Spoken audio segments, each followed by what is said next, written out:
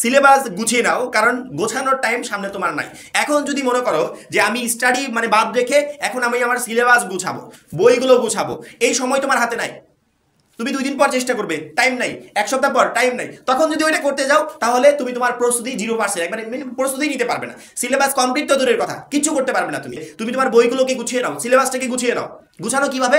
HSC পর্যায়ের জন্য তোমার মনে করো বাংলা প্রথম পত্রে গদ্যাংশে 12টা চ্যাপ্টার আছে। এখন এই 12টা চ্যাপ্টার থেকে তুমি তো আর 12টা চ্যাপ্টার পড়বে না, 12টা চ্যাপ্টার থেকে প্রশ্ন আসবে না। প্রশ্ন আসবে অলরেডি আমরা আমাদের যে 310 টাকার কোর্স দিয়েছি সেখানে এগুলো বলে দিয়েছি। ইউটিউবে আমাদের সাজেশনগুলোকে আমরা ফ্রি করেছি, ওর পিডিএফ গুলো আমরা আবার আমাদের কোর্সে অ্যাড করেছি। সেই সাথে আদার্স অনেক কিছু কোর্সে অ্যাড করা আছে যেগুলো তোমাকে এইচএসসি 26 পরীক্ষায় ভালো একটা রেজাল্ট করতে সহযোগিতা করবে বা সকল প্রশ্ন কমন পেতে সহযোগিতা করবে।